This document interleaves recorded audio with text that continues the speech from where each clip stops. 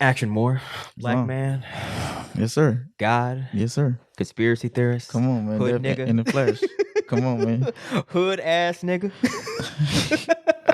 The culmination of the darkness. You know what I'm saying? We the understand. culmination of it all. Light, dark. You know what I'm saying? Good, bad, contrast. You're telling me. You're telling me, bro.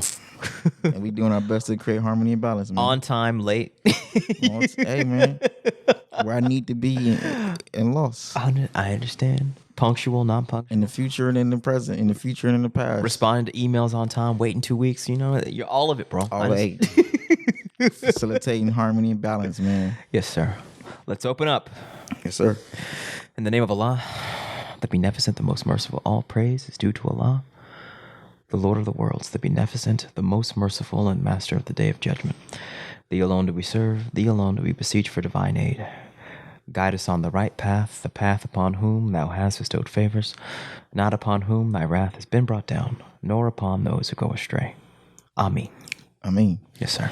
Hey, I want to touch on something. We was talking conspiracy theory stuff. We was talking about people if they really died or they didn't die, rituals and things of that nature. But I wanted to bring to your point. There's a if you watch Star Wars, so there's like they have like a biography about Star Wars and about how they were going through the ritual as they were filming Star Wars. And how George Lucas realized that like as he was filming Star Wars, he was also going through the flow of the movie. Understood. You get what I'm saying? Yeah. Like he learned what Empire Strikes Back. He started actually becoming like the Empire. That's when George Lucas was like at his highest, like super rich. Yeah.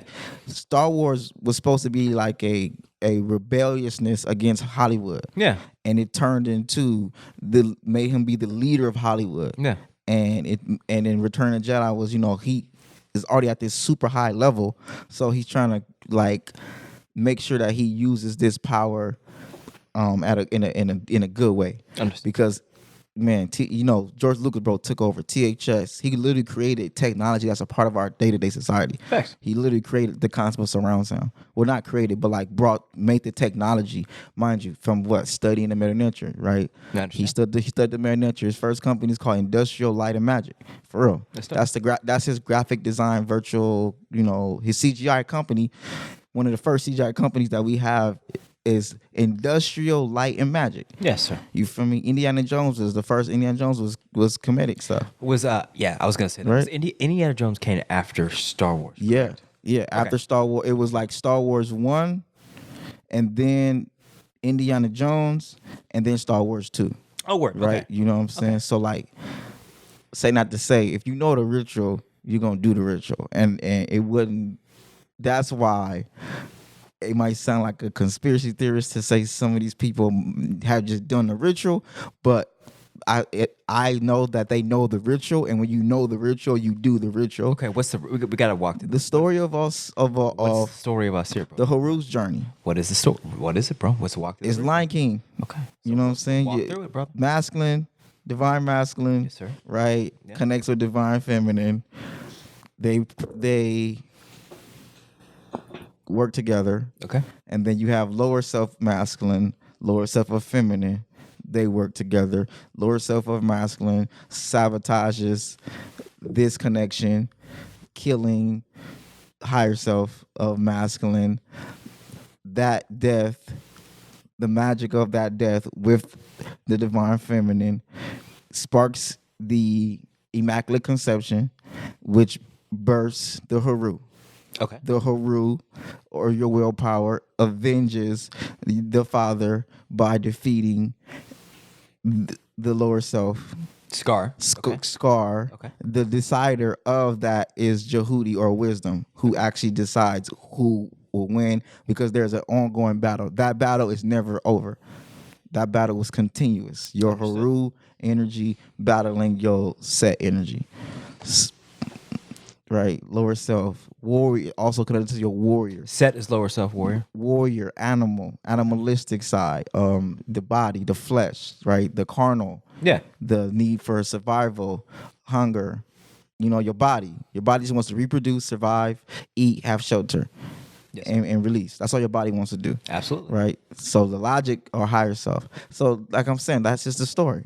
If somebody shows they know the story of Osiris and Aset, then I'm going to treat them like they know the story of Osiris and Aset. Okay. You get what I'm saying? And if they do the story of Osiris and Aset, I'm not going to be surprised because it's like making a movie. Like I'm saying, it's like it's making a movie. I understand. Neo, Terminator, every single superhero.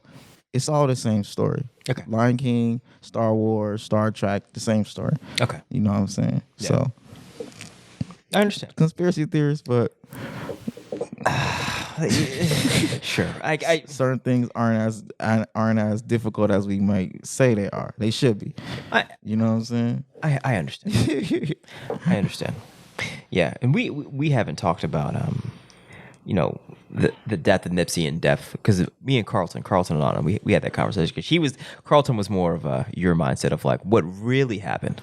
And I was like, we don't know. Yeah, be very clear. Facts, we don't know. I was not there and I was not a part of it and I didn't do it myself. So I don't know. We don't know. But the thing is, called me a mainstream ass nigga. But the story that was passed to me was that someone from his own crew put in the work on him that made sense from my point of view. And I didn't think it was that far-fetched. I wasn't like, man, that's just a spin. That's not the real story. The real story is XYZ. I was just like, all right, well, a man chose this lifestyle and he died by that lifestyle. But before he died of that lifestyle, he left things in place to lead the next generation in a different direction. Right? And that's you know what I'm saying? Ultimately, at this point, that's all we have. And I'm one of those recipients. Yeah. My life changed. Facts. I made a conscious decision to move differently. To become less of a hood nigga, bro. I was living in Hawaii, bro. So I had I was. Oh, you're in Hawaii when you got killed? But I made it a decision that I have to vertically elevate. And I have to start building my infrastructure. I have to really start putting things in place. I have to start bringing things from my imagination to physical reality. I have to because we don't know. Yeah, we don't know. Any day could be the day. Thanks. So for someone who we've looked up to and we've seen transition and we've seen him do just. You know, I was there for the Crenshaw mixtape when it was like $100 a CD and people were proud to pay. You know what I'm saying? I was there for Victory Lap where it was like, yo, like, it's a big deal. Nip put an album out, you know what I'm saying, called Victory Lap. Like, this is his Victory Lap. This is him showing you, like, you know what I'm saying? I did it. You know what I'm saying? I told y'all I told y'all to take the stairs. He took the stairs. Let's you know what I'm saying? Backtrack. How many years was there between he like first started like spitting until he got murdered? Man, he's been rapping since like at least 2009, bro. Okay, so he was about like 10 years. Yeah. Okay. Yeah. That's good to know. Yeah. All right, because that was yeah. That's how long his real journey was from spitting to getting murdered. Okay. Yeah. Understood. Yeah. Understood. All right. So you know, it's just a part of the. Like the folklore, you know, the legend. The part of the legend is everything he's put in place. Yeah, all the information, the content, the mindset, man. Yeah, he put a lot of mindset, infrastructure in place. Like really made us think. Yeah, and upon his assassination, I just had to reflect on like what path of life do I want to be? Yeah, do I want to just go down this path and just be have a good life and just do my thing, get my money, and just be okay? Or do I want to really hone in on making an impact and really put things in place to where I can really be of service? Facts. And I think even he was, he made people want to live an impactful life, including myself. Because I didn't know like Victory Lap. I didn't really know of him until he became in the news. Really, until I didn't even know how I started knowing about Nipsey Hustle. Until I heard about his business moves, and I was like, oh, this ain't some regular ass nigga, is what I thought. I was just like, oh, this dude is talking like a mogul. This dude is talking like someone who understands the fundamentals of how business works. This dude is not a joke. And then I really started seeing he was actually laying down infrastructure for the community. Mm-hmm. Then I was like, oh, he's very ahead, very, very ahead. And I was like, very ahead, bro. I saw him crypto talk long time ago. No, and I just saw him as the vanguard of like, oh man, this dude's gonna be the dude that's gonna stop the hood from being the hood, right? That's what and then right when I was like, oh damn, like I want to, and then starting to think of like, man, I want to be a part of what he's doing. That's when he got murdered, right? So that when I was like, oh man, I want to be a part of Nip's kingdom. Like that's when he was like, he got sniped, got killed, supposedly by someone in his own game, supposedly, super supposedly. If you were to say it to me, I don't know. Hey, it doesn't sound that far fetched though. That's where I'm at. Hey, like I said, yeah. If you know the ritual, you know the ritual, and it's just our respect to that real situation. Yeah, but the ritual is the ritual. I understand. You know what I'm saying? Yeah. The ritual is the ritual. Yeah. So, you know what I'm saying? I understand. I completely understand. But he changed people's life. Facts. Even in his living, he wasn't one of those people where like we waited until to like change. I definitely was like very much inspired by Nip in his living. Yeah, like things he really said. I really bought books he recommended. Yeah, years before he was assassinated. I really started thinking of like just moving differently. Just he really started making us think about just like the long term, having endurance and really accepting the duality, man. This is they're both real. Yeah, they're both real. You can make a decision of how you want to navigate this and what you want to do with these energies, but they're both very much present. And so he's definitely spoke for him and like K-Dot, people like that who speak for our reality of like we can't be removed from either energy, even if we're not present in that energy. Positive, negative energy. As far as like hip hop gang culture. Oh, you know what I'm saying? Like it's a part of the fabric of who we are. Yeah. However we feel about it, now we just have to navigate how do you live in that duality, and how do you put yourself in environments where like where these different energies can grow and not where this energy can grow, because this energy we know is self-destructive, but we also know it's a part of being a warrior or it's displaced warrior, warrior army energy. It's still a part of masculine energy. It's just not always utilized in the most effective manner when it comes to scaling, long term or like the bigger vision. But it's there. I mean, yeah, because you have masculine energy with a shit ton of trauma and ego. It's a terrible combination. Exactly. It's a terrible combination. Exactly. And I will say, just that one thing that has always, I'll say, irked me about hood nigga energy. It's like, it's the fucking ego, man. It's that. I can't with that shit. Be a general, bro. So much. When you so fucking much. You gotta accept, bro. You gotta accept when you can survive, when you can literally become from a. Get it, bro. You bang, man. You're fucking cool, dude. I mean, it's like, bro. It's like when you. It's a lot. It's a reason. There's a reason that we do have these egos, because it pissed me off. Because we have survived, man. I understand. And that we have. Congratulations, man. Congratulations. Yes, you're damn right. Congratulations, man. We survived. Not only have we survived our own environment as far as our own in fight, we've also survived the biggest game, which is the LAPD. That fight. I understand. Surviving them is a thing, bro. Any black men who come from the hood who haven't been locked up and haven't done substantial time is a very real thing, and they deserve salutes, man. I understand, because it's not easy. I understand. It's not easy. I understand. It's not easy, bro. You get what I'm saying? It's not easy to survive both worlds. Yeah. Yeah, that's a lot, man. It's a lot. That's a lot. It takes constant strategy, maneuvering, a lot of grace, a lot of favor, and a lot of like navigating how you move, bro. Yeah. Really not. I just had it like I had to step into that energy last week, bro. Or at least step my mind into that energy of like being prepared for getting a phone call about something and having to go prepared of like, I don't know what's going to happen, but I have to be prepared. Oh, I understand. You get what I'm saying? Yeah. Like, I'm still a part of this. You in there, bro. Yeah, I'm still in there. Fucking in the belly of the beast, man. Yes. You in the belly of the beast. So I also know that environment is not helpful long term. So I'm putting things in place to like make sure that we can go to the next level, but also it's more so like we go to the next level when it's like it's like I'm creating like an exodus mindset. Like who wants to actively come with me to like step up, come out the hood. Yeah. Not just me get up out the hood and then be like, all right, well, you like, you know, like fuck you niggas. Create infrastructure, bro, where people can actually come out the hood. Yeah. I mean, that's what we're doing. Yeah. That's what we're doing. Yeah. Yeah. But it's that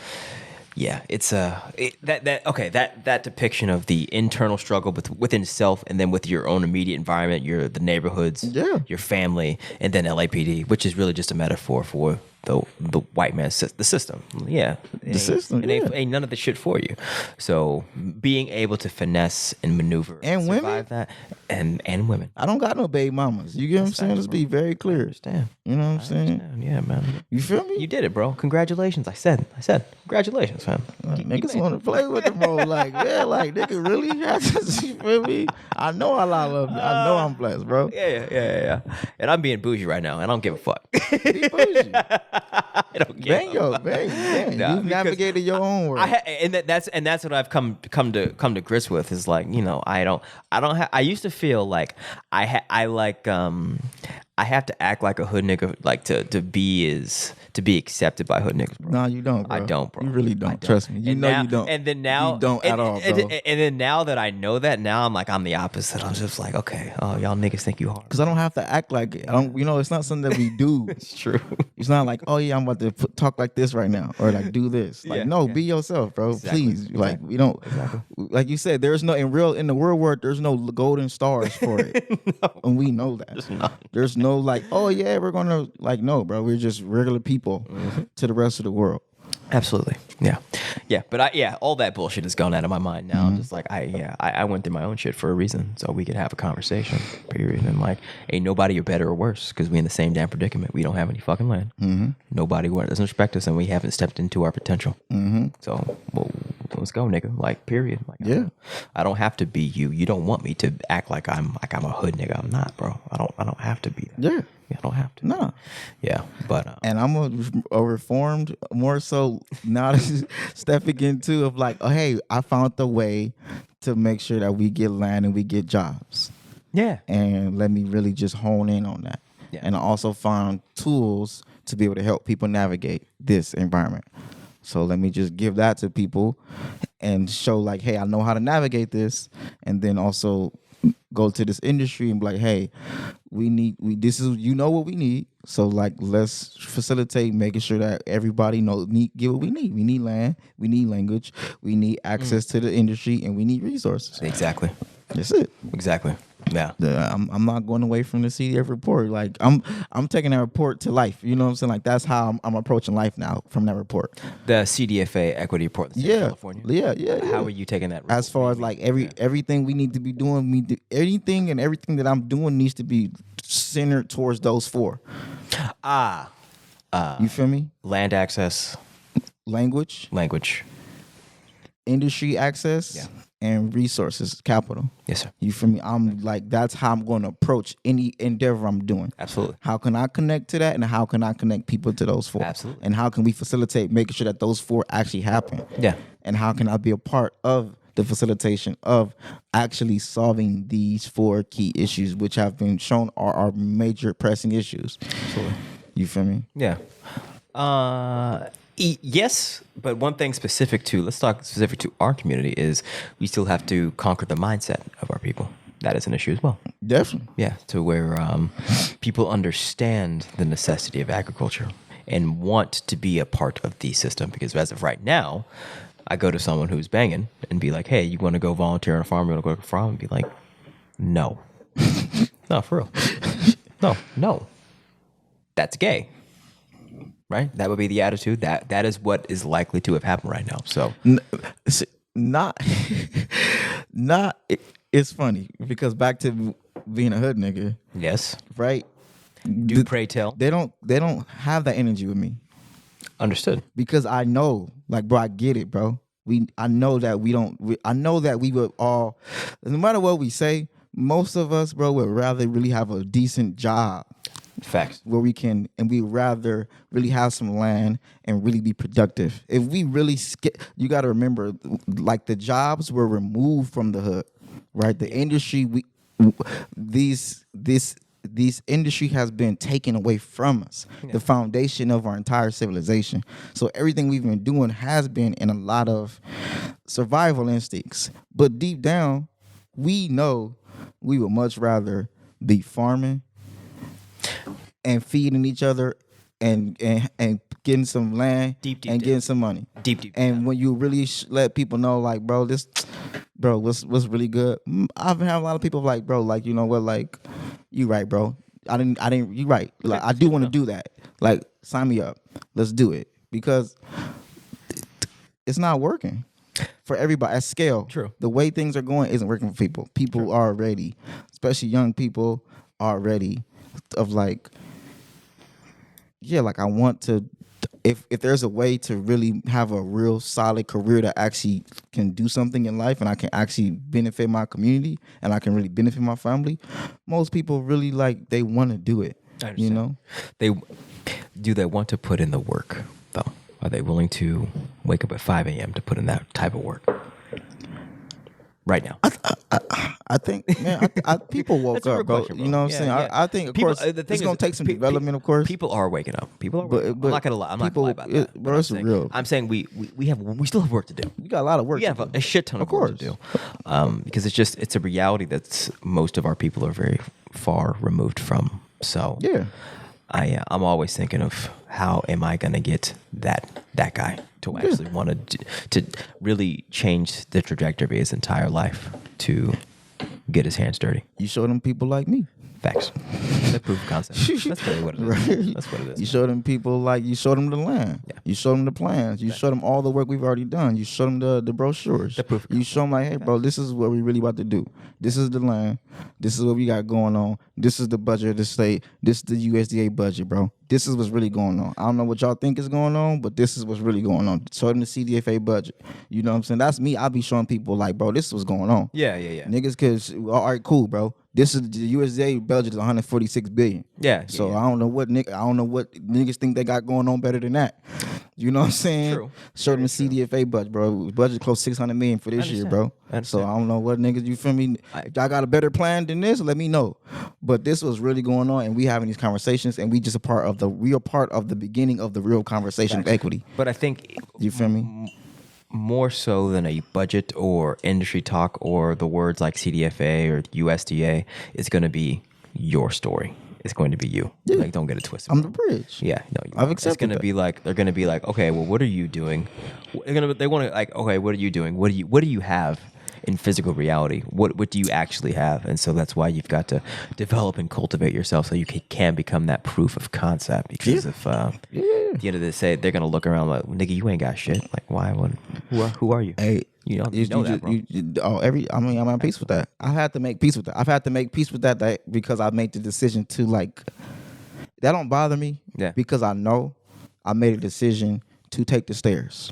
Fact. To be able to facilitate getting things at scale for masses of people, more than just myself. Fact. So anybody says something like that, it's like, yeah, bro, fine. Yeah. Okay, I don't have all those things right now because I chose to not have all those things right now. I can go do those things at any given moment. I can hop on the flight and say, forget all you niggas, I'm going to go live in Hawaii and have a good job. That's true. That's not hard. It's true. I can do that right now. It's true. I can literally do it right now. Yes, sir. So yeah. I'm not doing that because I actually believe that my life is more than that, and I believe I have a purpose, and I believe that I'm in this position to where I could be a bridge and I could, like, really hone in on, like, this position I'm in. And I really am wrapping my mind around it. Like, if I hone in and really get serious and really, like, get focused and really get organized and really get structured, we're seeing it. We're seeing like, no, I can put some people together. I have an extensive network. I have great skill sets. and I am positioning myself to be a leader of the conversation of equity, or be a part. I'm already a part You're of part the of it. conversation You're part of of it, man. equity Yeah. on a state and national level. I'm already a part of the conversation. Absolutely. And I'm positioning myself to be a part of the facilitator of the conversation. Absolutely. So with that, yeah, sure, bro. It's gonna take me a little bit longer because my plans aren't me make a couple $100,000. Yeah, My plan. That's not my plan. My plans are facilitating us getting millions of dollars and hundreds of acres. There we go. So that takes time. Yes, it does. Yeah, it does. And you have to be at peace with that. Very much. Yeah. And, but yeah, it's like, I keep calling back. It's like people are always going to be watching you. What's going on in your life? Because that's going to be the selling point. It's like, okay, well, nigga don't got shit. I'm not going to follow him. So, but what is going to happen? I got books. They're going to. Yeah. I got networks. True. I got a lot of information. I understand. I have a lot of access to a lot of resources. I have projects and plans. Yeah. True. I got people like you on my side, you know what I'm saying? Reluctantly. Niggas I got to see it. I be connected with Sid. You feel I got people like you, Nelson, you know what I'm saying? I got people like Nelson's we, listening? yeah, like we doing it. Like it's deeper Shout than out to me. Nelson, by the way. It's much deeper than me. Nelson you know what I'm saying? Hawkins, We Grow Farm. People up like in my West bro, Sacramento. people like my bro Ty, you know what I'm saying? Real real professors, you know what I'm saying, is a part of my networks, man. People who really doing real things. Yeah. What I'm trying to say is you are going to be built up to where people are going to look at you. I mean, they already are. Yeah. But to where like you're going to be all of these things. I'm hinting at the wealth, the material stuff, like having the actual things that people care about. Our people are materialistic.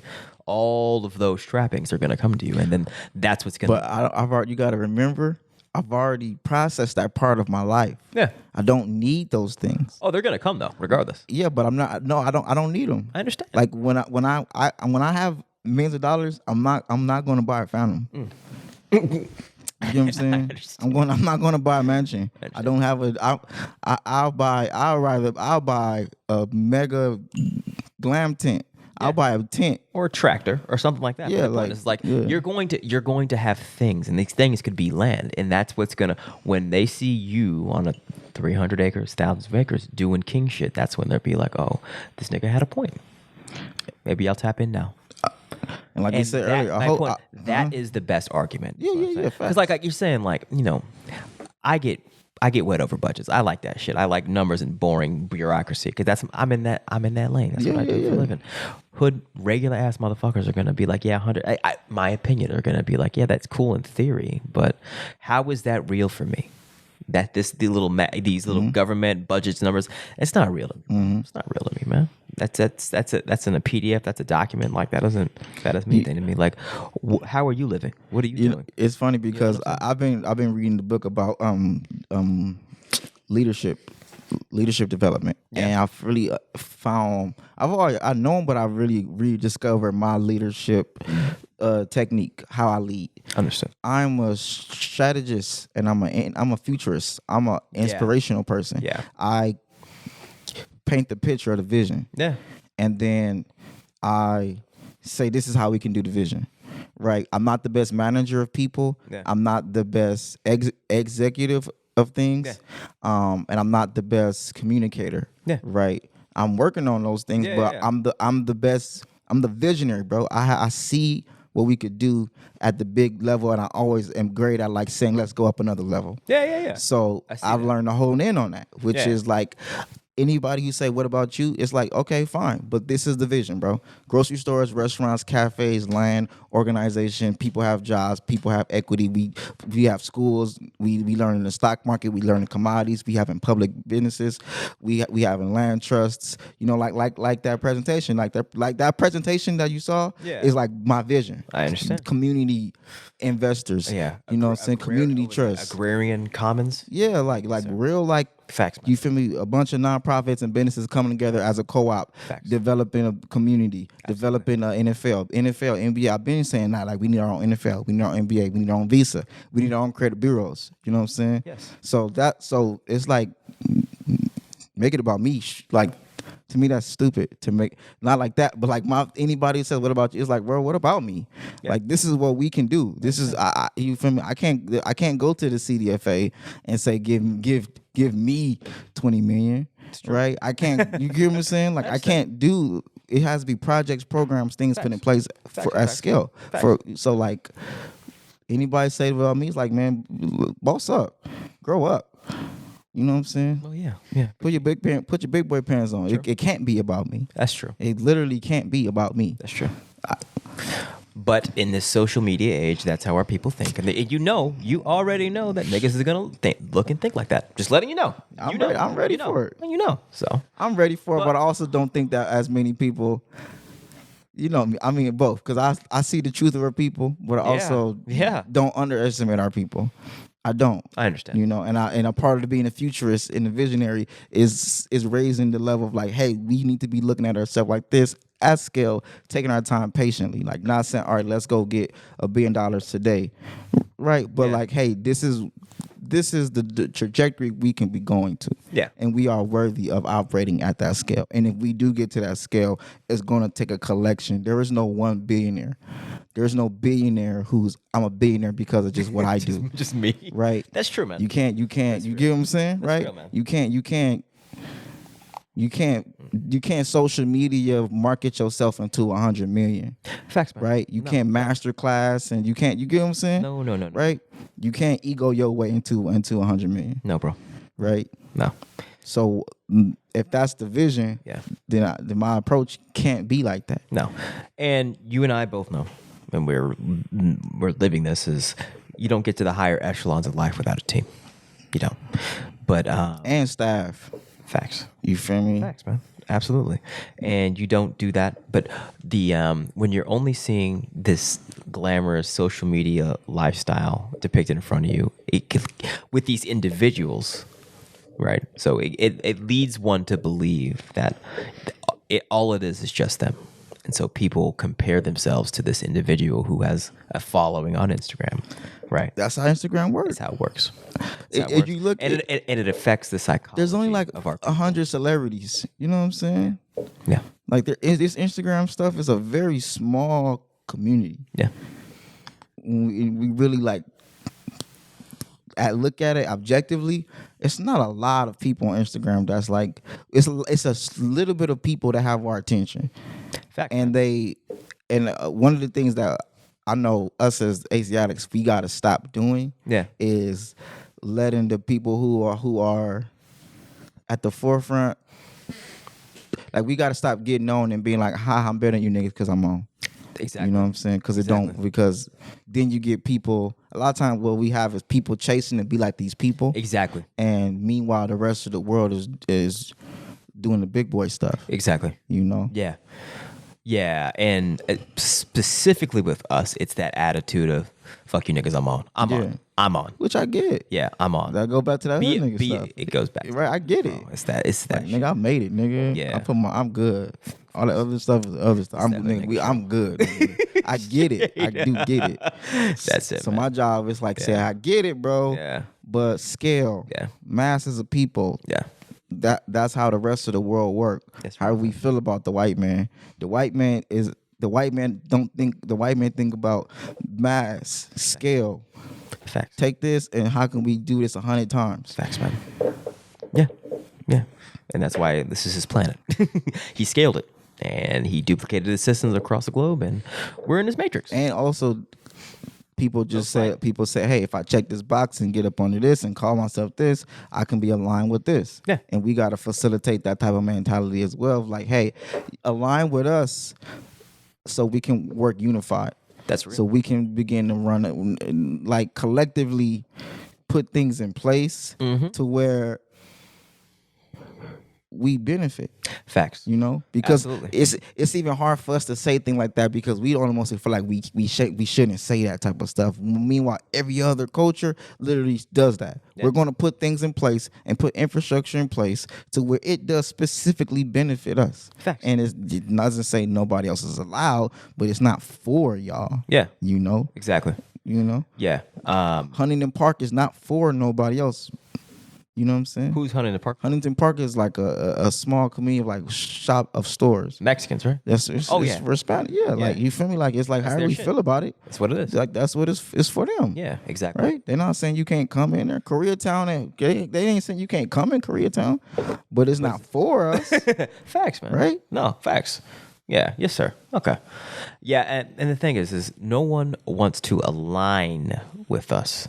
And the few people that are the nation builders right now, as they stand, we're making moves, but there's not like a whole bunch of people being like, oh, I'm going to align with them because they're still trying to align with the real power brokers of this world right now. Yeah, because they see more short-term promise in that route. Right? So, understandable. Yeah. And that it's understandable. I understand it. And it makes sense. Yeah. But this conversation of equity is coming. It's here. It's here, and it is not going to be.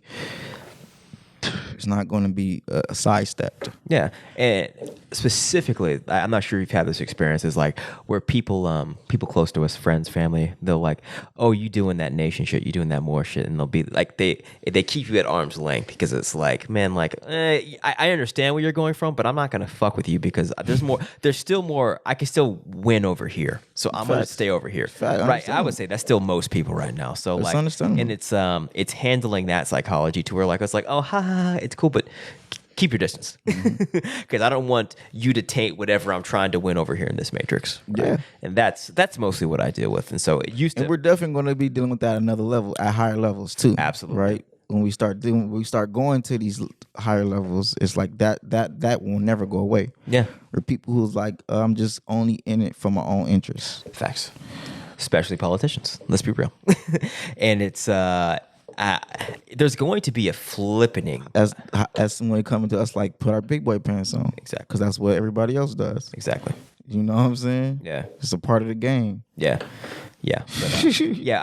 I don't take it personal anymore, and I'll say I won't mention the brother's name or sister's name, but I ran into we'll just call him an elected official that you and I have talked about, mentioned his name. I met him, saw him at LeBurke Park, and I was like, oh, what's his name or what's her name? I'm not going to mention names.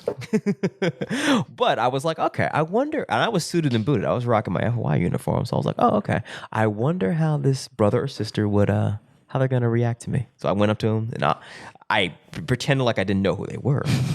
And I was just like, oh, here, would you like a paper? And they were just like, they ignored me. I was like, okay, that seems about right. It seems about right. Yeah. And I did that exclusively just to see like, the psychology of like, how much of you is invested in this matrix? How much of you is about your people, and how much? So I was like, okay, I got my answer.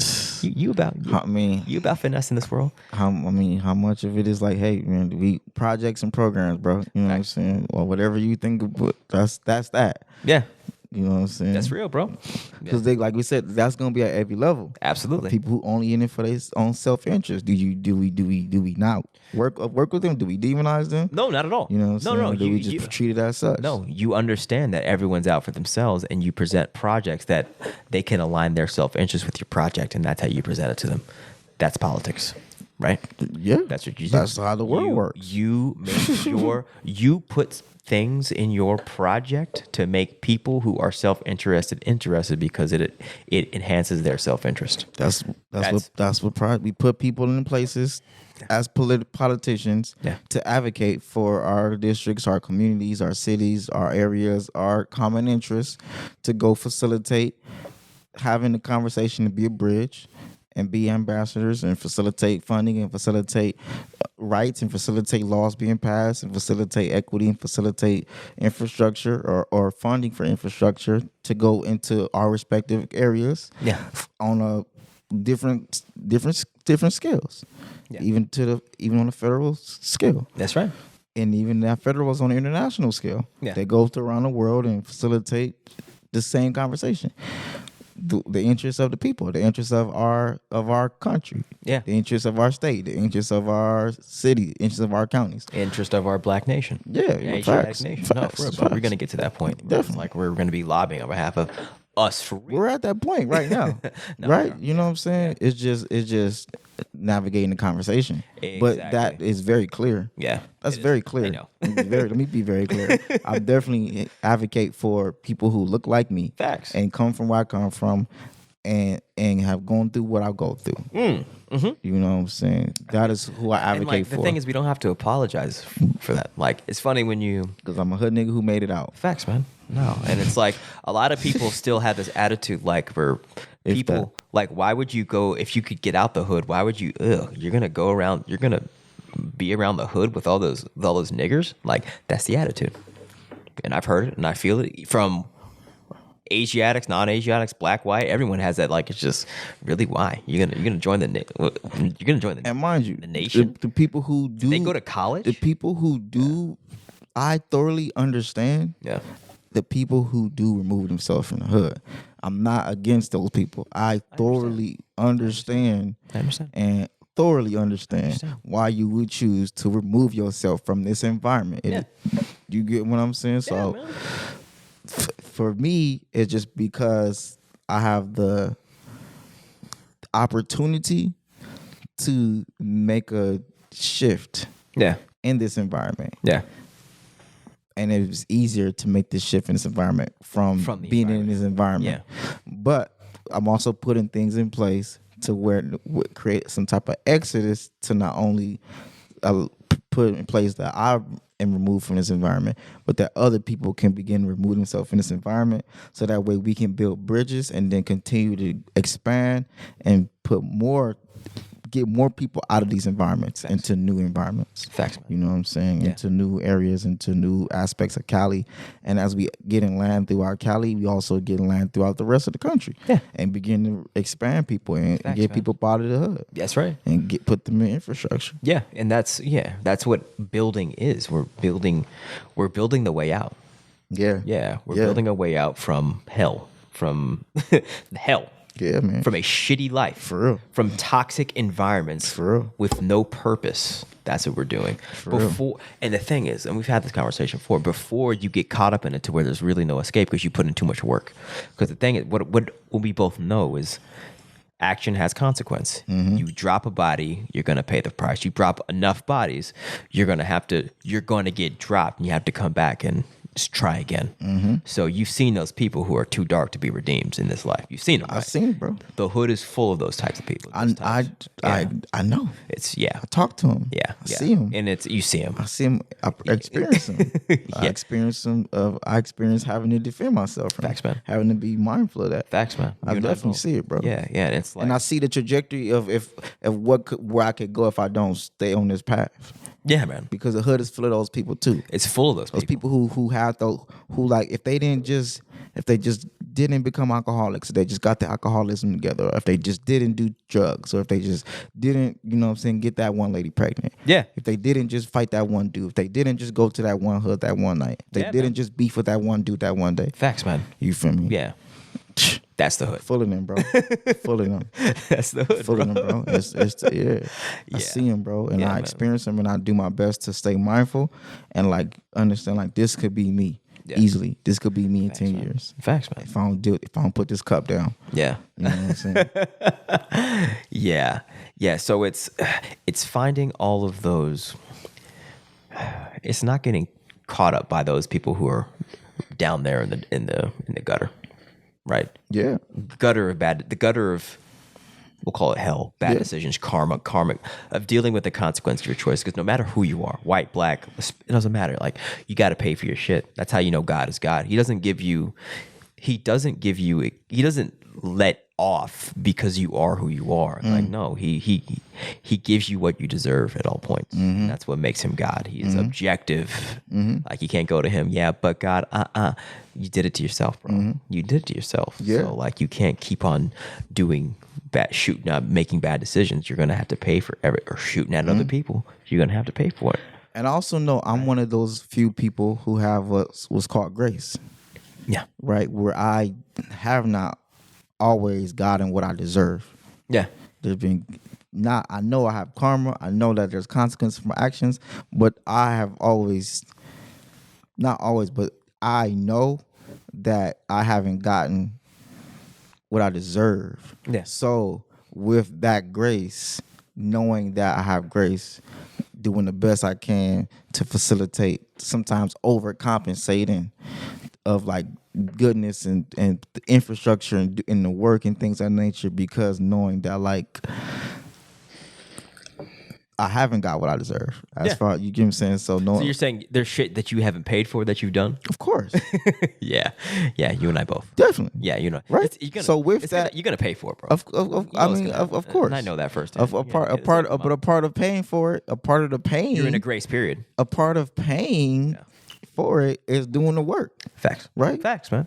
That's a part of rebuilding is rebuilding of like actively. I'm going to do the work to facilitate paying for those things I did. And you know what? I see that what you just said. I see a lot of that in Nip's work. Definitely. Right? You see that, right? Definitely. It's like he's like, man, okay. Well, I did my dirt. Infrastructure. I did my dirt. I've got to do stuff to pay for the damage I've done to my own community. Right? Definitely. And that's what I see. And that's why I saw the passion behind it. And I saw his shit was so deep and impactful because he really understood. And that look that I see a part of, those people that have done damage that we see in the hood. I saw a part of that in him. And I'm like, okay, man, this brother put in work. You see it in his eyes, man. You see he put in work. So I'm like, we loved and respected him. Yeah. Not everybody, of course, because it's still politics. Yeah. But for the most part, bro. Yeah. You know what I'm saying? Yeah. So it's just a part of resurrection. Exactly. You know what I'm saying? But I saw in his work the desire to pay for his track record. Yeah. Right? Yeah. Yeah. And I think, well, that's why I respect him. And I think that's why a lot of people respect him. He's just it was that sense of responsibility. Mm-hmm. Yeah. Yeah, exactly. For cleaning up an environment that you are very much a part of, and you are a reason that environment is in that condition through your actions. You were a part of that. So I mean, a lot of it we were born into these environments as well, and this is kind of just because it's funny. I remember one day it was OG's older cat, and he was on my head. He was like, "What's wrong with y'all young generation? Y'all shooting each other and killing each other and sagging pants." And I was like, bro, I was like, OG, we don't gotta have this conversation right now. It was like my grandma's funeral, right? And I was like at AutoZone, and OG was on my head, and I was like, bro, wait, hold up. At AutoZone at your grandma's funeral? So it was after my grandma's funeral. I went to AutoZone, and my car was tripping. So I'm like waiting I'm waiting for my brother to come pick me up from AutoZone. Yeah. This is like after my grandma's funeral. You know what I'm saying? So I'm like, OG, like, you don't want to do this with me today, bro. But he owned me. He like, y'all, what's wrong with y'all? He just kept going like. Wait, why you? Like he just saw you? I honestly, bro, he just started popping off on me. It went from like a casual conversation to him just be like, what's wrong with y'all? He just started getting on me. So you didn't know him before? I didn't know him before. So he's banging. And I was just like, elder, like, don't. I was like, you know what? Fine, let's go. And I was like, man, none of us created these gangs. None of us created these gangs, my generation. None of us created these gangs. Yeah. We were all born into these gangs. Yeah. All of us, our entire generation, this is literally what we were born into. Yes, sir.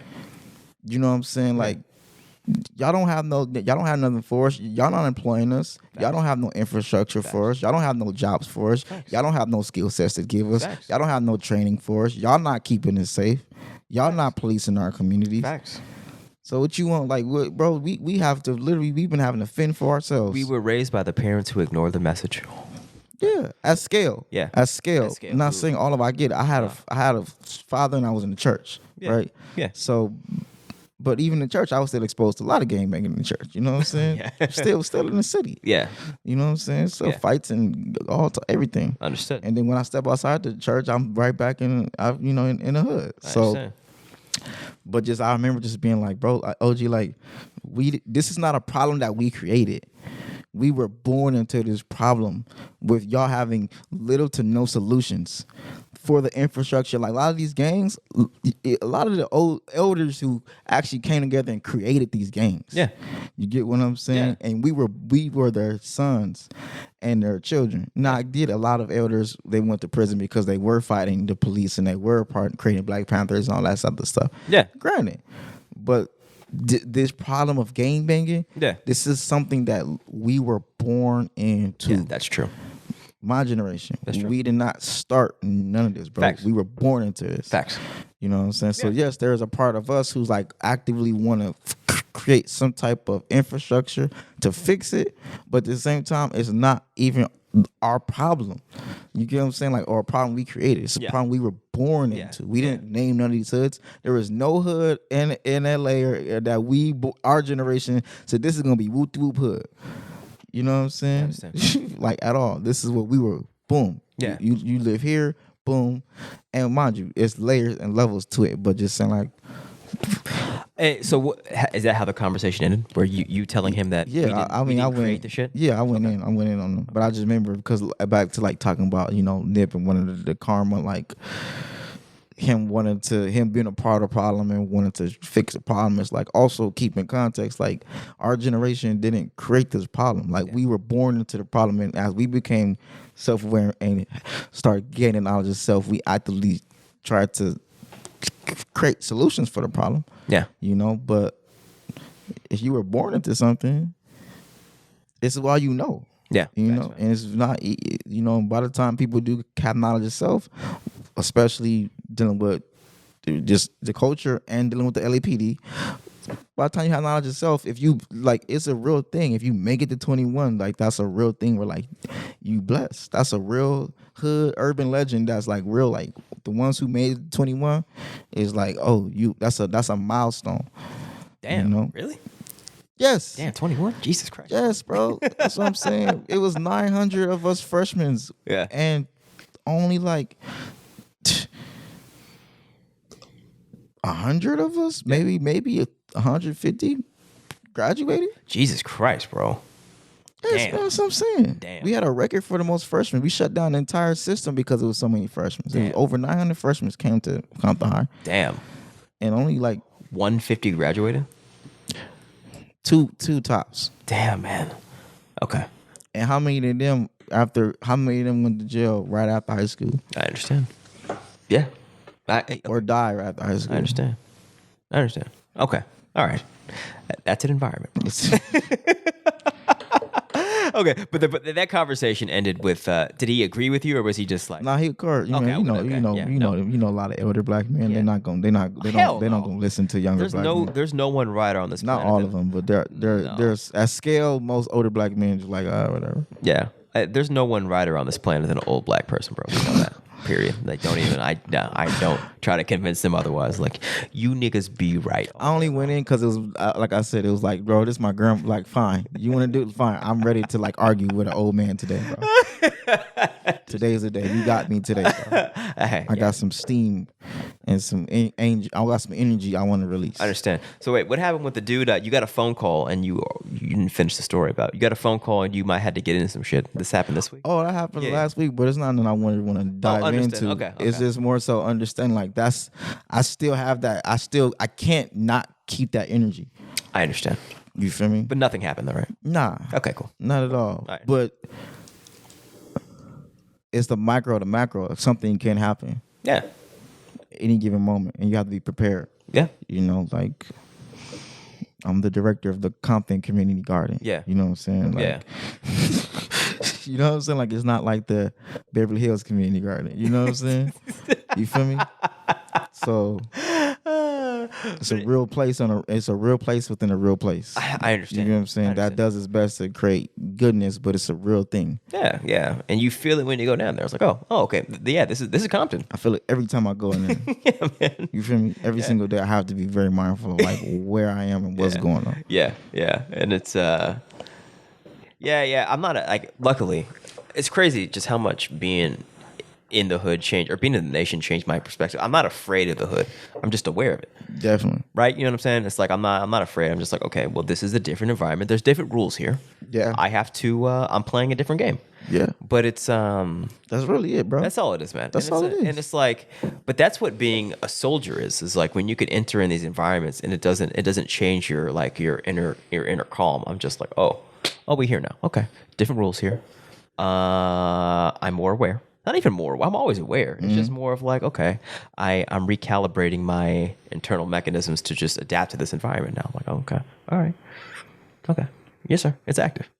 That's it. That's it. That's it. That's it, bro. But then I think a lot of that is just it's tempered by just I have faith that everything's gonna be all right. You know what I'm saying? As you should. Yeah, it's faith. As It's you like should. you know, because when you make choices, big bold choices in life, backed by God, God got you. And if longer you stay in His favor, like I ain't tripping, bro. I ain't tripping, man. I ain't tripping. Major facts. I think that's really what it is. Is like I walk with the full confidence that Allah got me every step of the way, and like I walk with it so much that I forget that it's there. So I'm just always. I'm always free. You know what I'm saying? It feels nice, and I take it for granted. But I'm glad we're having this conversation. And now I'm like, oh yeah, I don't give a fuck. Like you said, you got grace, bro. Right to grace. Yeah. You have a lot of grace. Yeah. And favor, and that's nothing to be, like it's nothing to be bad, nothing to feel negative about. But also, like you said, just be present with like, yeah, you have a lot of favor. Yeah, and what I've got to learn is that. A lot of people that I interact with who aren't at this level don't have all that. So I have to be mindful of people because I operate so comfortably that I go around other energies that don't have this faith. It completely fuck up my energy. Yeah. Yeah, and I fall down a notch because I wasn't prepared to deal with that human being who is like, because, you know, we know that we're going to be successful in what we do. Definitely. You know what I'm saying? Definitely. And we know that because we have the faith that it will, and we know who we're being backed by. Facts. But we could very easily talk to some person and they'd be like, wait, you niggers are buying land to get black people to farm, right? For real. For real.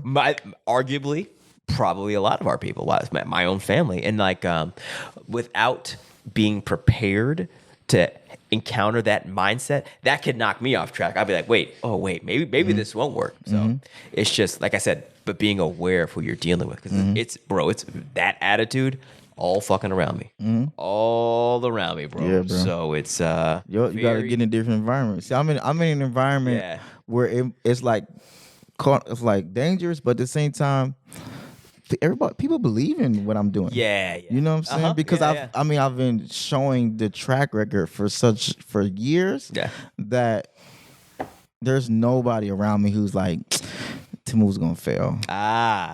People are like, nah, let's go, because this is like what I do. Yeah. And also now that I'm a part of the industry, I know how to control the conversation. I have so much empirical data and plans and programs and projects and support and command of the language that it would be a disservice to yourself to doubt me. Facts. You get what I'm saying? Very true. To doubt what we're doing, because we're doing so much. Yeah. Like our last meeting, bro. So we're doing so much that it's like, why?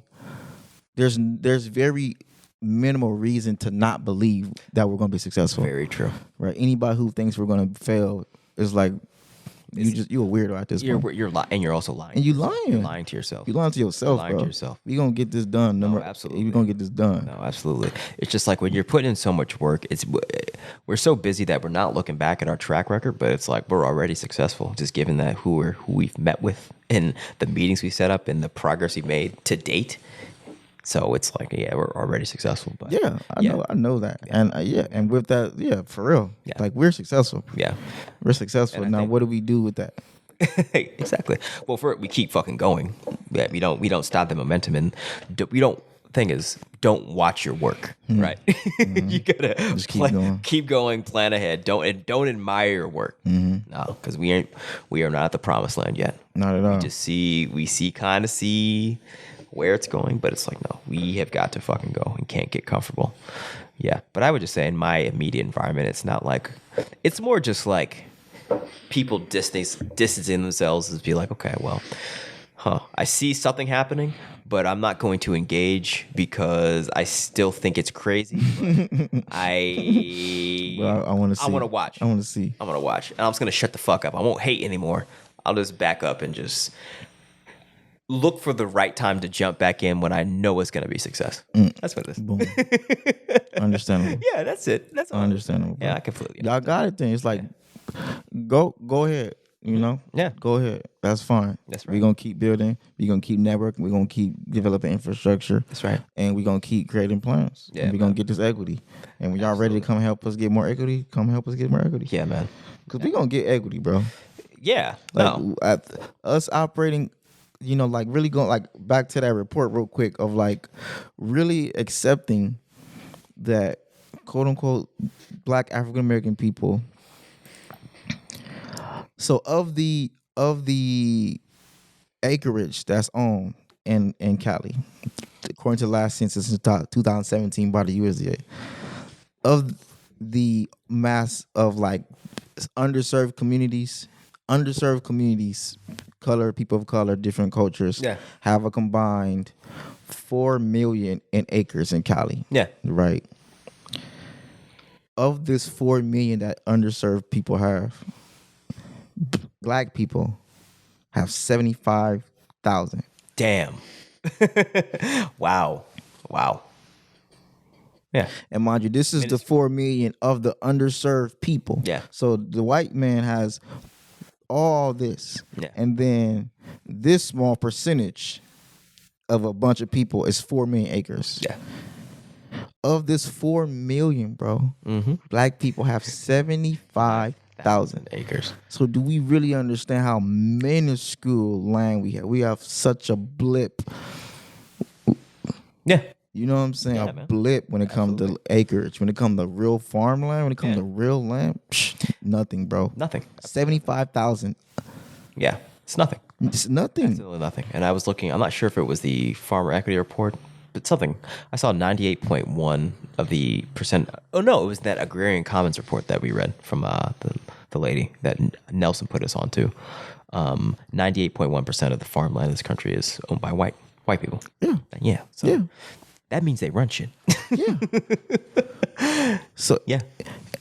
and of that 10%, of that 10% left, we are less than 1%. 98%. Oh, 98. Of that 2%. 2.9%. Of that 2%. Yeah, of the 2%. If you do the if you just do 100% of this 2%, we are like 5% of that 2%. Of that 2%. Maybe. Yeah. You get what I'm saying? So that's why it's astronomical to say this is about me, to me, because it's like how can you make this about the Temu show? Like this can't be about Temu. No, we're talking about the reality that we don't have land. We don't have land, and it's like, what does with that being the reality? Niggas talking about buy a G-Wagon for your LL. Like what G-Wagons? 98.1% of the farmland in this country is owned by white people. What does equity look like for 15% of the population? Right, getting 50% of the thank land. You. That's it. That's a lot of land. And that's a lot of 15% of 145 billion. Thank you. Yeah, you get what I'm saying? Exactly. Yeah. So that's the start. That's equity. That's equity. That's not even restorative, punitive damages for what have you done. That's just equity. Right. So if you really want to have that conversation, it's like, okay. Just what's ours. Yeah. What's ours. That's it. You, like step one. You get what I'm saying? Equity. Right. Let's get in there and get actively involved in what's happening and make sure that we get our just fair share of the pie. Step one. Step one. And mind you, and overserved. It needs to be overserved. It needs to be overly served because we have been underserved. That's right. So it needs to be expediency and leeway and things put in place to facilitate this happening in an urgent, effective, efficient, fast manner right now. Yeah. Overserved to underserved. Yeah. And I think the larger point is that, like, with 98% of the ownership in the hands of our enemy, in order to get equity, it's going to take a groundswell of unanimous consensus. It's going to take unity to get that. Definitely. Minimally unity, bro. And it's going to take a lot of competency. Facts. Understanding what's really at stake. It's going to take all industries aligning for agricultural, political system, all of our people in all of the industries in this country coming together at the table and being like, this is what we want. Yeah. This is what we want. Yeah. And a part of what I'm putting things in place right now is I'm going to create a new Instagram a separate Instagram. That's a good idea. That specifically just shares this information of the CDFA, USDA, and these things like specifically just talks about the farmer equity report and just shows the farmer equity report, shows the farmer equity bill, shows the executive order from the president. Yeah. That discusses underserved communities and giving agricultural land to underserved communities. Yeah. Show the things that I'm like doing and the things I'm a part of and the information I have by itself. Yeah. To be able to really distribute this information, and where people who really want to just learn about this farmer stuff can just go here and get information about this farmer stuff. Yeah, relevant shit, and it's like in a way that they can understand if they're not industry insiders. Because that's one thing we've been counseled on is like we can't just assume that people know what all these acronyms stand for. Exactly. So we've got to make it make the data accessible and relevant and clear and concise to where this is where and make it look nice too. Yeah, you come in for the data. Instagram, it's got to look nice. Yeah, so that's what I've learned with Instagram. Is like people won't stay engaged with your content if it looks boring or trash. It's like it's got to be popping. It's got to look nice. It's got to be good content. But the context of this will be like, this is for people who want to learn about this. Thanks. If you want to learn about the agriculture industry and farming budgets and what's going on with the USDA and the CDFA and all these different programs and grants, things of that nature, you come tap in here. This ain't for everybody. This for those who want to do this. You know what I'm saying? Yeah. My public Instagram, I get it.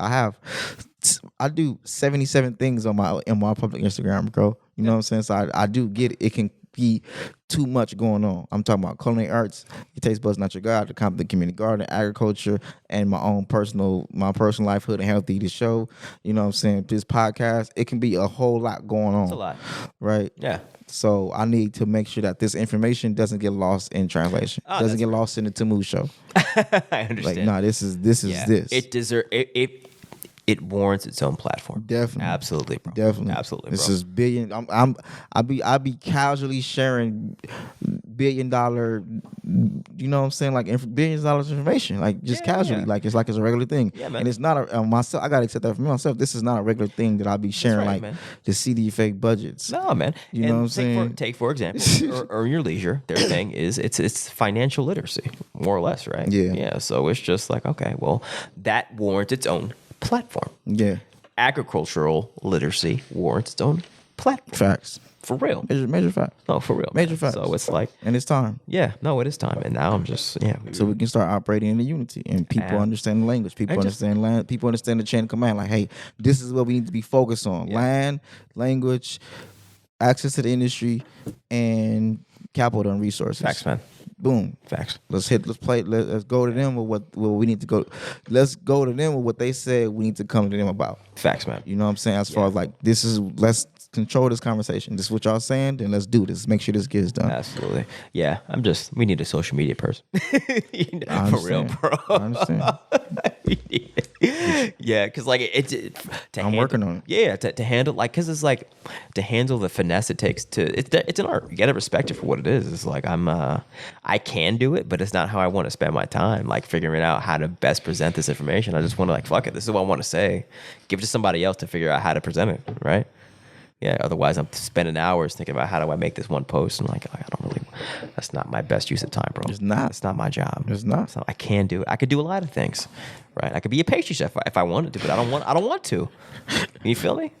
I feel you. I hate pastries, bro. I hate baking. Baking was the worst class I took. The food was great. It was everything that we made was great. Yeah. But I hated the class. I understand. Because it was just you're waiting.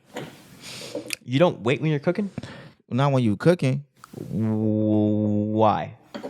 Because there's always more to do. Okay, understood. There's always, when you're cooking, it's always 3 more steps to do. Okay, understood. If 3 things in the oven, you need to be cleaning up, organizing your station, preparing your plate, getting your sauce ready. Okay, understood. You know what I'm saying? There's always like, that's why I love cooking, bro. It's always like boom, boom, boom, boom, boom, boom, boom, boom, boom, until it's done. Then boom, now it's done. Understood. But you know, baking is like a lot of like work, and then you wait for an hour. Yeah. You know exactly. And then you got to go back to a lot of work again. Yeah. And then I hate that. You hate that? Oh, I hated it, bro. For example, while you wait for an hour, you clean your shit up. Nah, but we done clean. Mind you, we done spent the whole first couple months learning how to clean as we go. That's a part of culinary art school. Oh, you really? learn how to make sure your state. Yeah, you got to learn how to keep a clean space. Oh. You learn how to make sure that you clean it as you go. That's a Damn. part of like definitely, bro. You don't like cook and then At the end of the shift, and then clean up everything. Nah. I understand. Nah. You are a professional. That's how I would do you this. learn how to clean as you learn how to be in control of your station and clean as you go. Now, if you got dishwashers there, but like in culinary, that was the entry level to culinary arts, was learning how to clean as you go. As you excel and later on and you did more things, yeah, there were times where you didn't always clean as you go as much. Okay. But you definitely learned how to clean as you go. Like, so you have to wash your own dishes while you're cooking? Yeah, there's no dishwasher in culinary art school. Oh, okay. Yeah. But at a kitchen, and when you're working. Yeah, but that's what I'm saying. But you learn as you Okay. In the context of baking class. Yeah. Baking, we cleaning, we like there's no like major mess when you baking. Okay, I understand. You know what I'm saying? Yeah. Baking is no big astronomical mess. Yeah. It's just baking. Put the things in the thing and whip it up and stir it up and knead your bread or whatever the case and throw it in the oven and then you clean for 10, 20 minutes. Understood. And then now you got to wait for 30, 45 minutes. Okay, understood. I mean, I made a pizza though. That pizza was fire. I understand. I got into a fight. Make a pizza, yeah. Some hood niggas tried to rob me for my pizza. No, yeah, cooking pizza's fun. Yeah, man. You ever done sourdough? You ever made sourdough? Yeah. Okay, yeah.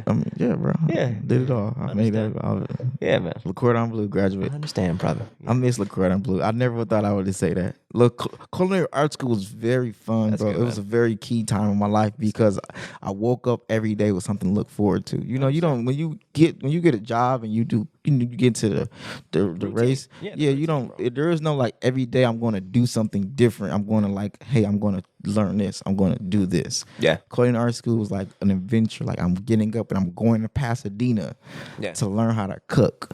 I understand. You know what I'm saying? Like representing the hood, representing my family. Like, Yeah. you know what I'm saying? Oh, good. Yeah, you had pride doing that shit, man. A lot That's of good. pride. That's what's Came back and in- you still do. You I'm bang. coming back You and banging people for Le Cordon Bleu. I That's do, what's up. man. Even though them niggas was capping, niggas was fraud. You know what I'm saying? Yeah. I learned a lot. Another thing I'm working on doing is I'm going to create like a personalized membership, right, where people can like tap into like just like my own following, tribe, whatever the case. And one of the things I want to do is create an online culinary art school. Cool. I really want to teach people how to cook, bro. I understand. I have every single notebook that I ever wrote from Le Cordon Bleu, all my recipes that I got from there, all my books that I purchased, and all of my own personalized notebooks. I still have all of them. You know what I'm saying? sir. So it's like I want to pull that information out and just Cool. Make it happen. hit niggas in the head with it. Like, you know what I'm saying? Make it happen. And then figure out where it fits in your priorities of shit that needs to get done. Of course. Right? These are, of course. I understand. These are like things when we get land, things I want to be doing. Exactly. You know what I'm saying? Yeah. Or things I can just start implementing very slowly. Yeah, and speaking of priorities, it's like I feel like we talked about all the other shit we got in the pipeline, you know, restaurants, grocery stores.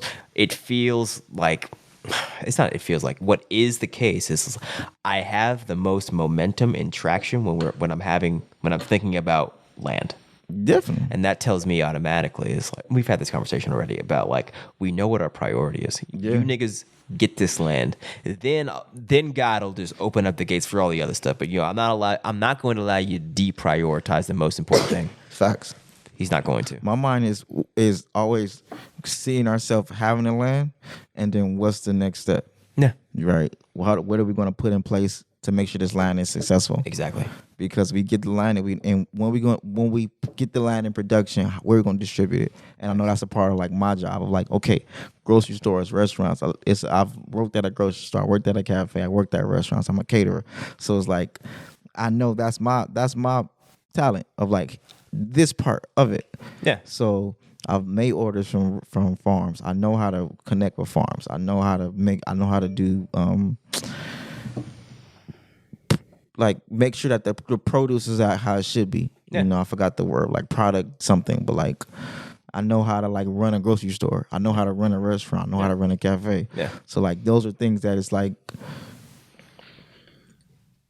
step 2. You know, definitely take care of step 1, But as we taking care of step one and we see ourselves taking step one, now start preparing at least for step two. Yeah. You know what I'm saying? Yeah, And then start have that infrastructure ready so it can just be boom.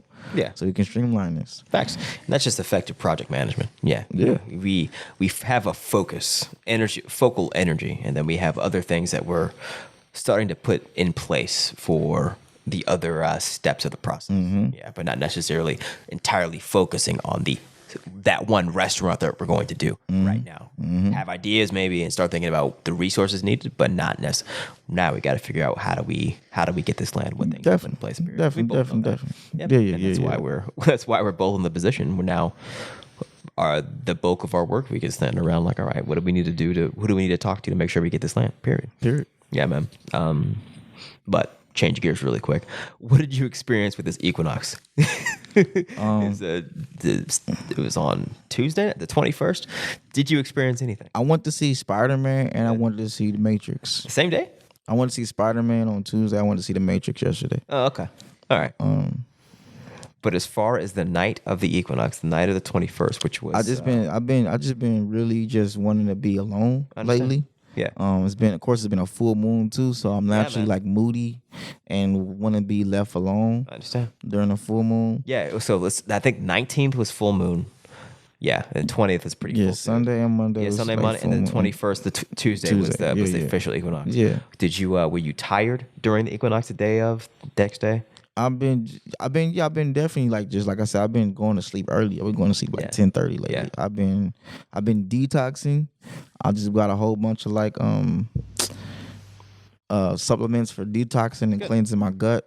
And just really been honing in on like cleansing and detoxing my body and cleansing and detoxing my gut. Nice. And giving myself nutrients and minerals I need and deserve. Yeah. And I've been surprisingly, I've also been using a lot of frankincense and myrrh on my thyroid and on my pineal gland. Yeah. So it's been helping me to really manage my emotions. Good. I've learned that like myrrh is a good cleanser. And so I've been like really, last week I studied like, okay, I need to really work better on my emotional health. Yeah. And so this week I've been actually implementing those. So that's what been like my thing of like actually taking care of like my body, honoring my body, and then honoring my glands, and then watching these different movies for like what messages is like are they putting out there, you know? So good. Spider-Man, I get it. I never liked Spider-Man.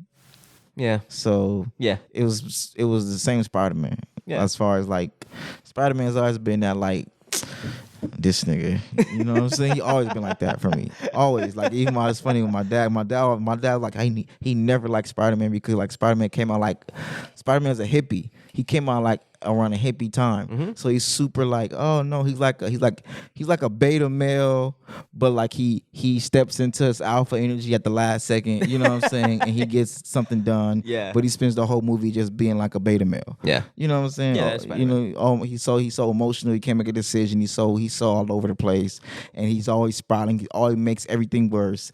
And then the last second, the things he believed in actually make things better at the last second. Sure, bro. You know. So Spider-Man was the same Spider-Man in this movie. I didn't like it. It was whatever. Yeah. I get it, but it was whatever. And then what was up with the Matrix? Matrix was the same thing. Matrix was cool. But Matrix had some good concepts. It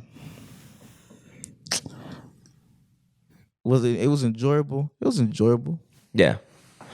I don't remember how, but like it was enjoyable. Okay, but it wasn't. Was it weak? Did they not go hard enough in the paint? Like, well, I understand what they were doing. The Matrix is a key integral part of our society. Yeah.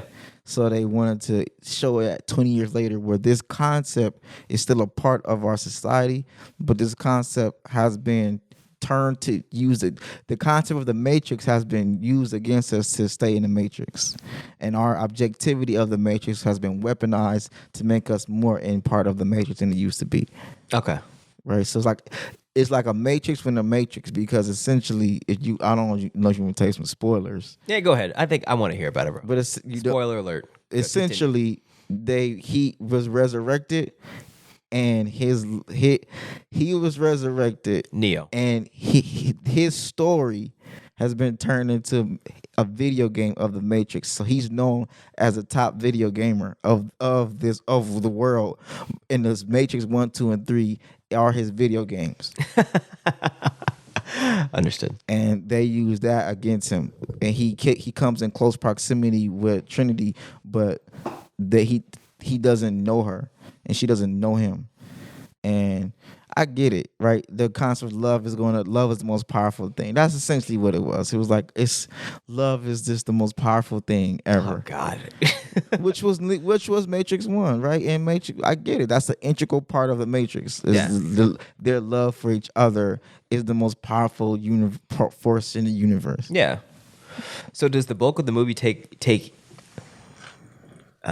place in the simulation of the Matrix? Yes. Oh, okay. So the bulk of the movie is about love, bro. Okay. That's what I'm saying. They're not out in what are they called? They go there. Zion? They go there. Okay, understood. But the bulk of the movie is about love. Okay. So it was like, I get it. Cheesy? It was cheesy me, bro. It was cheesy. It was hella cheesy. Okay. It was hella cheesy. It was hella cheesy, but I get it. Because I get it, but there were some parts of it that it's like, y'all got too much money for this. y'all got this amazing CGI on certain things, and then certain things is like, this look bad. Okay. This look bad. You know what I'm saying? Okay. Like Jada Pinkett Smith, she looked bad, bro. So she's an old lady now. Oh, okay. But it just was like not believable. It was CGI or no? It was just like makeup. It looks. I don't know. It didn't look bad. It looked bad in my opinion. Honestly, damn, they fucked up. I like certain concepts, but certain parts of the movie, certain fight scenes were just dragged out. You know, certain parts of the movie was just not believable. Okay. Certain parts of the movie was just not believable and just like over the top. Okay. You know what I'm saying? Like it's like, all right, this has been happening for 30. You know what I'm saying? This has been a long ass scene. Yeah, I understand. You know what I'm saying? Oh, okay. Yeah. So you're wasting time. You're chewing up time. You're chewing up movie. The movie was 2 hours, bro, and it's like the movie didn't need to be 2 hours. Okay, I understood. You know what I'm saying? Yeah. The movie did not need to be 2 hours. I understand. Sounds kind of shitty, bro. Sounds kind of shitty. Yeah, it sounds like it was. Especially if like this is Matrix 4, and I get the they throw some good concepts in there, but I mean it's like, all right. You could have did these. I don't even remember how the third one ended. I remember it was Agent Smith and Neo having a talk on a bench. Or no, was it the architect of the Matrix and Neo having a talk like at some park at the bench? Yeah. Right. Yeah. That was a dope ending, right? Wasn't it? Yeah. What was you remember the conclusion of that ending? Like the conclusion. What was the deal they made? The deal was that there would be peace, and there was peace. Okay. The deal was the architect said, "I'm not going to destroy Zion this time. Okay. Normally I destroy Zion and let y'all regenerate for a couple hundred years because we like the story too. Yeah. But I'm not going. You know what? I actually want to obliterate y'all this time. Understood. I'll let y'all do y'all thing. Understood. Y'all got it. You helped me control the Matrix because I had a virus that blew up and was taking over this entire Matrix. Yeah. So therefore, Agent Smith was that? Yeah, Agent Smith. Yeah. And mind you, Agent Smith is still a part of it. He's here too. Understood. He can't be removed. He's an extension of Neo. Right. Damn. Yeah. So they just have them working. They just have them two working amongst each other, not knowing who they really are. Understood. And as Neo freed himself, so the Agent Smith freed himself. Understood. Reincarnated and resurrected. Is the architect in this new one? Nah. Okay. Understood. It's like a programming. Okay. It's like a robot. Understood. And so some of these robots, they have their own programming. Okay. The movie was cool. It was just whatever, bro. It wasn't like. But to be a 4, I get it. How can you make 4 better than 1? That's real. Yeah.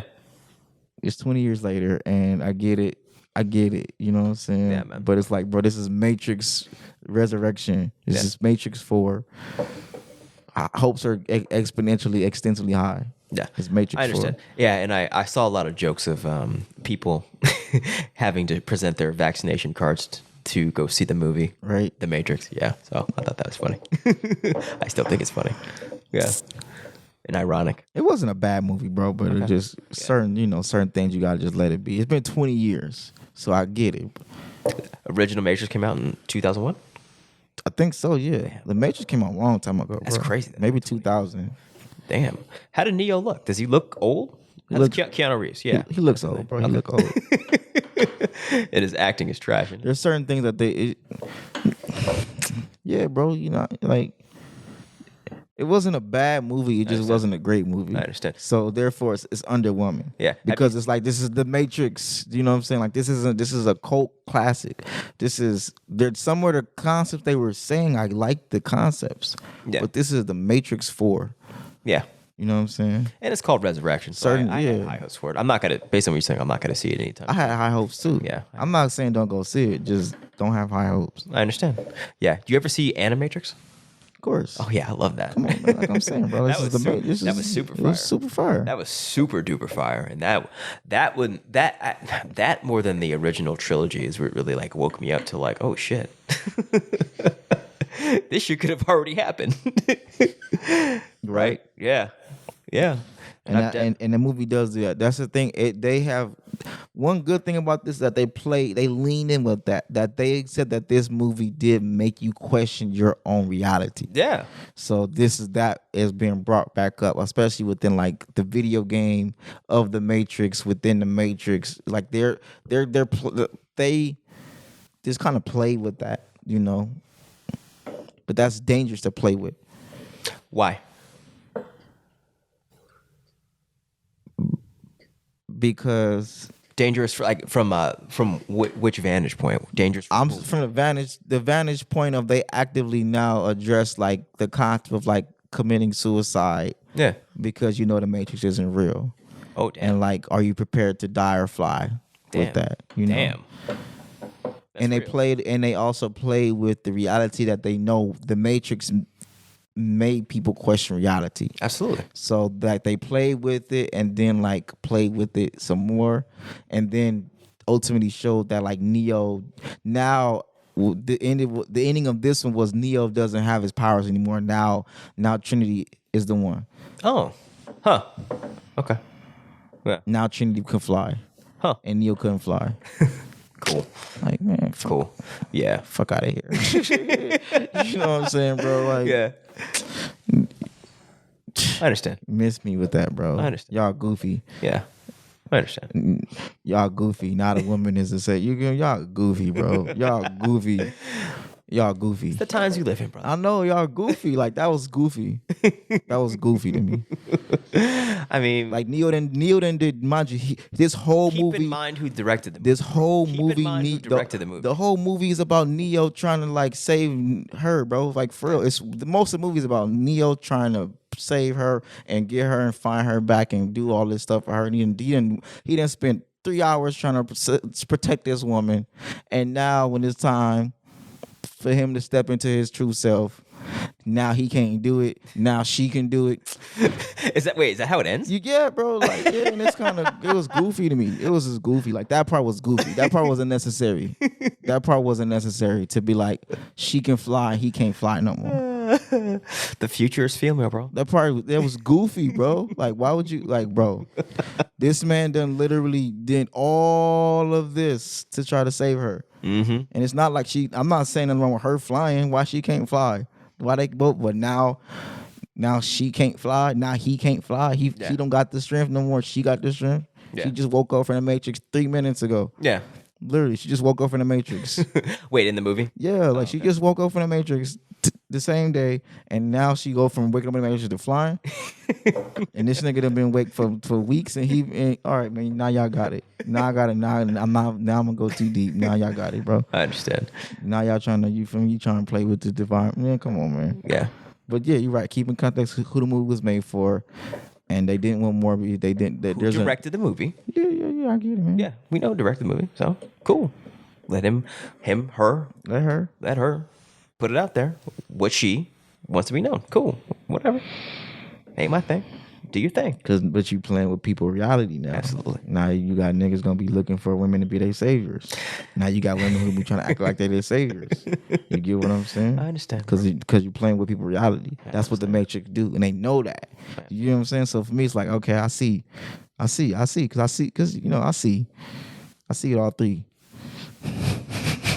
Yeah. The movie The Matrix is part of this Matrix, bro. Definitely, exactly.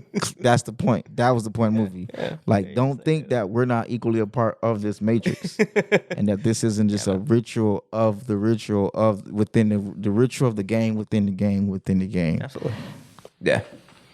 Absolutely. I'm gonna go back to the equinox and what so yeah, and the equinox is 21st, and we also have Capricorn started the 22nd, the season of Capricorn. So we go from Sag, which was, I don't even know what Sagittarius represented, like free flowing, traveling niggas, and So I just gonna do whatever they want to do, man. oh yeah, You know what I'm did. saying? Yeah. It was just doing. It was just like, Yeah. whatever you need to do it. Yep. And then now to the season of Capricorn, which is work, right? That's who I am. Just get the work done. What are you gonna do? Get this work in. But it makes sense just with the timing right before the new year. For all of these things to happen. But my point is I did, I'm not sure if Pooch was talking about how Ramadan is supposed to be done during December. So I've actually been doing the Ramadan fast during this month. So I've been fasting all month.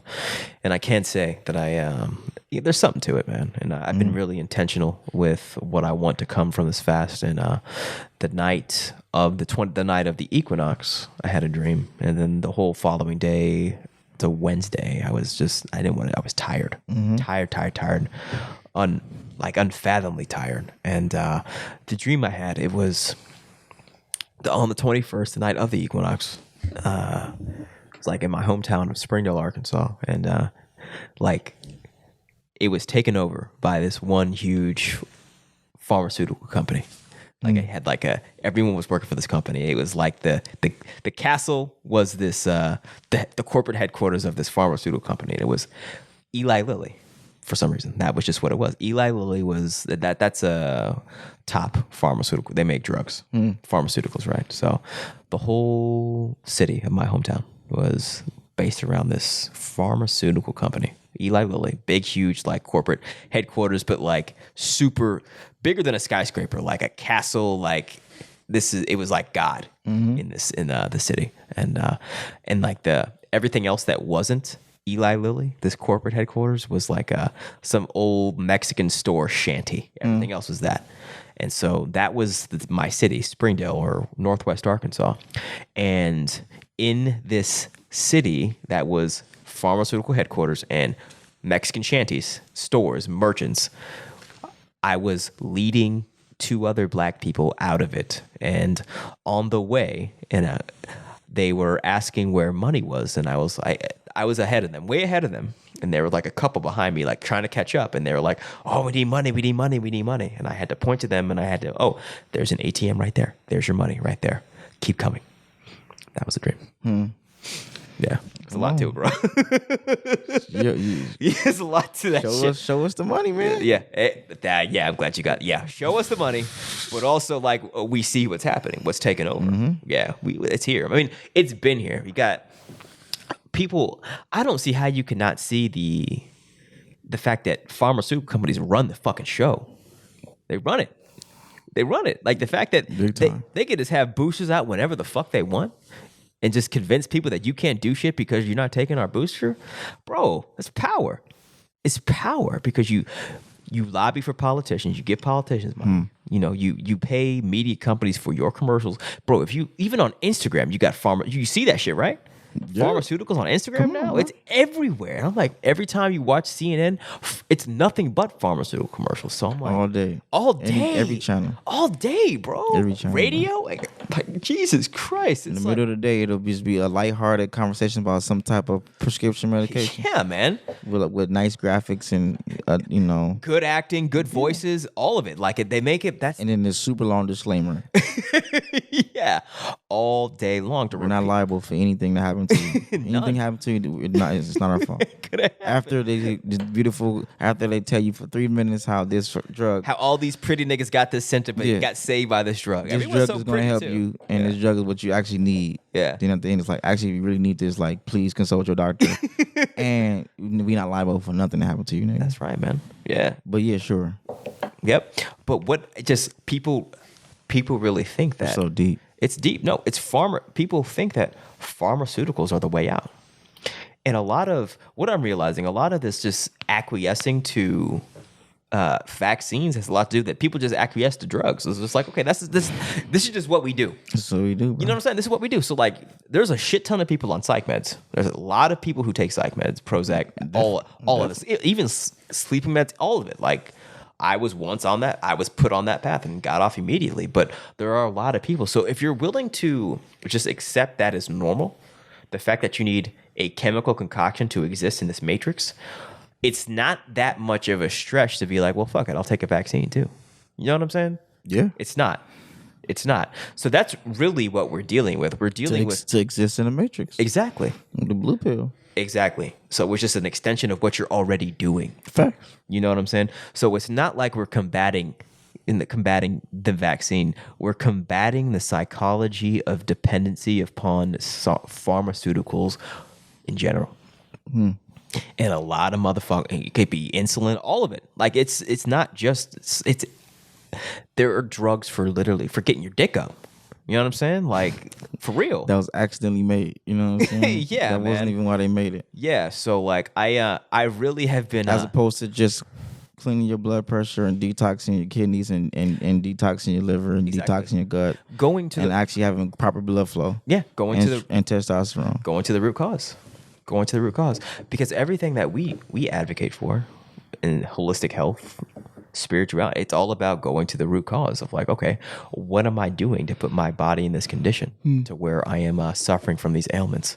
So I have, I guess because to us, it's like, no, fuck no, I'm not taking a vaccine. Like it was never a question, but we have been existing outside of this paradigm for quite some time now. That's not something we could say for a lot of motherfuckers on this planet, not at all. Especially in a place like Los Angeles. With these pressures of wanting to be famous, wanting to just survive and to exist, a lot of people are just like, well, I need this pill just to be happy. I need this pill just to exist with my perpetual dissatisfaction. Right? Yeah, man. So I've definitely taken for granted the fact that I've experienced that pharmaceutical is not the way out. Pharmaceuticals is only a means to an end for people who make those drugs. It's an industry. Yeah, it's an industry. It's an industry. It's one of the biggest ones. It is. Based on my dream, it's the one.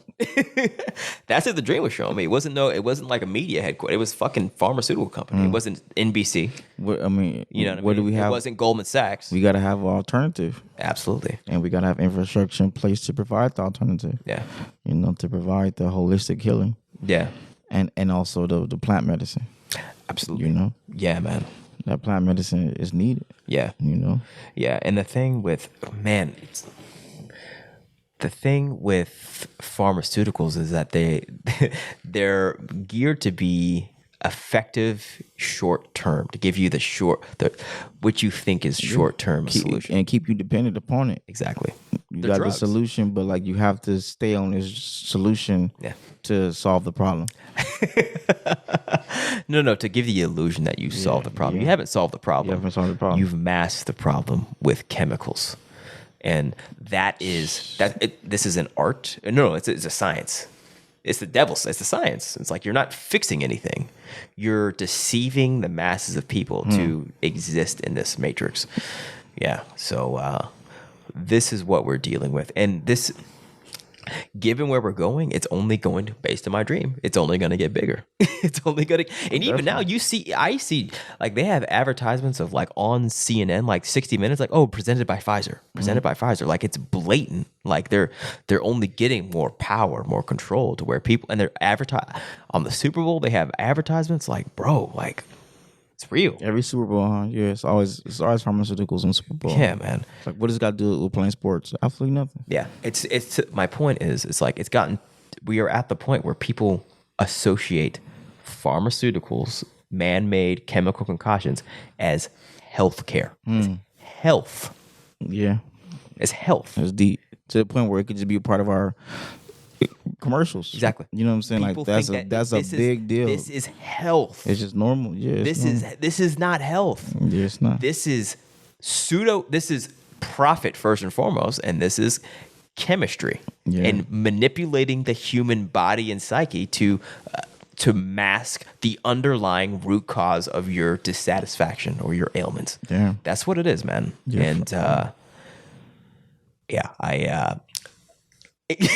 it's quite the beast that we're gonna have to be confronting. And I saw it in my dream, and I'm like, oh wow, yeah, that it was huge. This building was gargantuan, bro. So, and luckily, I've had my experience with psychiatric medication. So I'm like, okay, all right. I was one of the few ones who escaped this matrix of this paradigm of living, pushed on me from my parents, my mom. Like everyone was like, wait, you're not going to follow what everyone's telling you to do? So, but now that I've escaped it, now it's like, okay, well, shit. Now I gotta build the alternative. And my point is, this is why we're having this conversation. This is what we got to do, bro. We got to lead our people out. That's it. And by the way, here's some way to get some money. Way out. That's it. That's it, bro. Yeah, man. Yeah. Yeah. That's it. Yeah. Close this out, bro. Yes, sir. Yeah. Go ahead. I think I definitely wanted to hit on. That was the dream I had at the culmination of the equinox, which is a very powerful spiritual point in time. And yeah, we here. Yeah, we are. Solstice will be here in a couple of days. Yeah. Was it between the wait, I'm sorry. Wasn't that the solstice? I mean, the solstice, yeah, but it's like there's like the birth or like the death, the lowest point of the sun. Yeah. The 21st, and then around the 25th is usually when the sun goes back into like these days are like the darkest days of the year. Understood. Around these days. Oh, okay. And then the 25th is usually when you can see, the sun is coming back because you can see the star Sirius. You can't see Sirius until the 25th. Okay. So Sirius is hidden, and then it comes back on the 25th. Yeah. So at this point in time, but the sun is at a different level. The sun is on this ascension. Okay. And you can see Sirius, and Sirius is where a lot of the ancient ones come from. Understood. So that's why ancient who beings. Understood. People, star travelers, soul spirits, aliens, whatever the case. Understood. Sirius, you know what I'm saying. So when you can see Sirius, like okay, it's time. The sun has been born. Understood. AKA the 25th. There we go.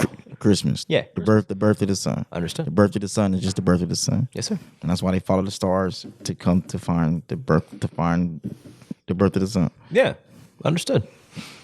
Okay. And they found the birth of the sun where in Egypt.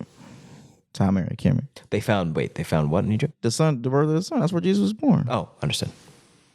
That's where he spent his childhood. Understood. In Egypt. Yes, sir. On paper. Thanks. On paper, you back like Jesus ain't from Temu, ain't committed. Absolutely. Yeah. On paper. But I'll close with this. But yeah, Pooch was saying that the 21st is the night of Majesty during the Ramadan. The night of Majesty during Ramadan is the 21st day, which is his whole argument about why Ramadan should be celebrated in the month of December, because the 21st is always going to fall on the equinox. Yeah. So if you have it shifting, it's they say they're supposed to.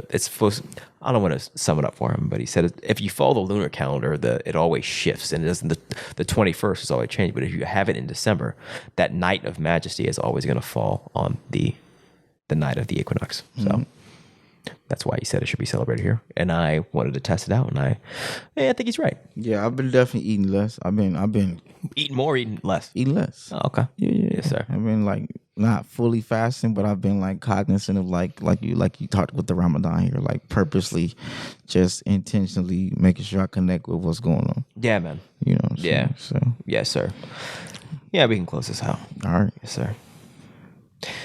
In the name of Allah, the Beneficent, the Most Merciful, all praise is due to Allah, the Lord of the worlds, the Beneficent, the Most Merciful, and Master of the Day of Judgment. Thee alone do we serve, Thee alone do we beseech for divine aid. Guide us on the right path, the path upon whom Thou hast bestowed favors, not upon whom Thy wrath has been brought down, nor upon those who go astray. Ameen. Peace.